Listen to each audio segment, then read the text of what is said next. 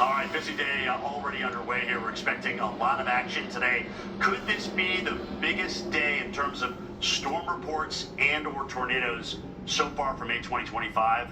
Absolutely, it could be. So let's get started. You can see the area that we're talking about: Ohio, Tennessee, Mississippi, mid-Mississippi River Valleys, up toward Cleveland, eventually over toward D.C. All this stuff this morning working its way to the east, and now even a tornado warning on the tail end of these storms. You've already had 2-inch diameter hail with some of these into Arkansas, and they continue to push on off toward the east. More and more instability continues to creep onto the north, and better jet stream dynamics as well. So let's get into this. I'm going to let Jonesy drive this thing out of the Memphis office. That's the radar that we're going to use, okay? So you kind of get the idea. You've got a little something here, right? And it's on this part of it that we're most concerned. And you look at this is reflectivity. What's going on there? Heavy rain, maybe some hail. Where is this tornado? So what's great about Doppler radar is you can ask it to look at different modes. What's the wind doing? Is there hail? Are there different size objects actually coming out of the sky? And you can clearly see a vortex, all right? That is a tornado vortex signature right there on the reflectivity that we see. So I want to go back to the reflectivity because this is important to, Jonesy, on the same area. Anyway, the point is that the reflectivity showed exactly within where that was. So it's inside the rain. You're not going to see it. You're not going to see the tornado, all right? So keep that in mind. Let's go back to the storm relative for a second, because I want to circle where that couplet is right here. And now we can take a look at another mode of the dual pole radar, and that is there different debris than just rain coming out of this? Let's take a look. And right there, where we have that circulation, there is not at this time.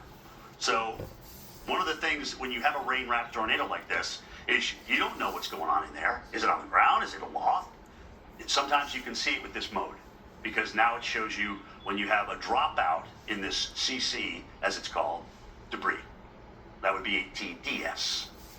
And sometimes you get a tornado confirmed that way. Either way, we'll keep an eye on this. Let's time it out for everybody. Big Lake, 8:05, Half Moon, just up the road a piece. That's 8:13. Blytheville, about 8:18. So this is in Arkansas. This thing is hauling. It's moving northeast at 60 miles an hour. So get used to that.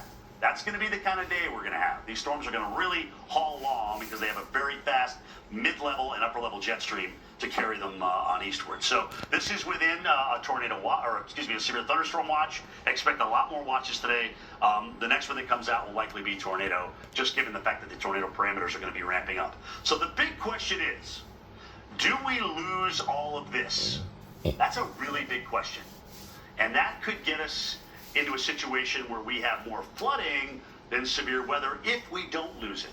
But let's just take what the models are showing us and present you that argument, because what this is showing us is we lose it, and then all the atmospherics come together for a blockbuster day, outbreak day. All right, so that's what we're looking at today.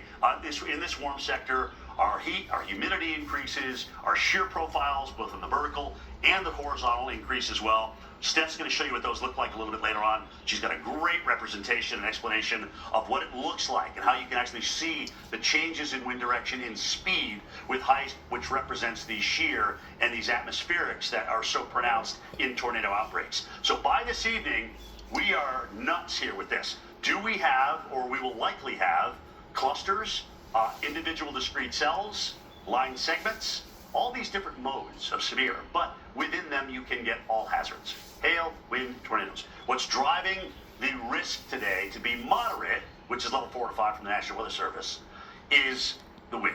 But very close behind that is the tornado potential. That's why we've got a 7 Torcon today. Who's in it? Louisville, Lexington close, Paducah. All right, all you guys along the river are in this. And here's this damaging wind area, which is these higher probabilities that's driven the moderate risk, 75 mile an hour or greater.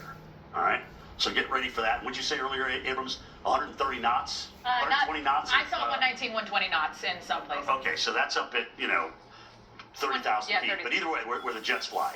But some of that can get entrained into the storms. Hail, big hail. We've already had 2-inch hail this morning.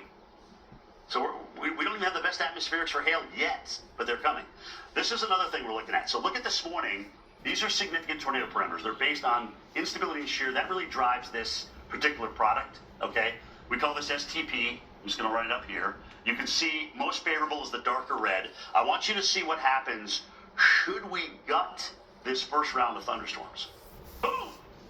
Look at the STP go through the roof. So you know you're getting instability going up. You know you're getting shear going up. So both of those things are driving the product today, unlike yesterday where it was the shear that drove the severe in Wisconsin and Michigan. I think we had more than 10 tornadoes as a result of that, or we will by the time they do all the surveys. But again, individual cells, clusters, individual cells, we start out with at 5, and then the whole thing just goes crazy, and you see storms develop all the way back down toward Dallas, where even though STP isn't as high, we still have a chance to get big hail.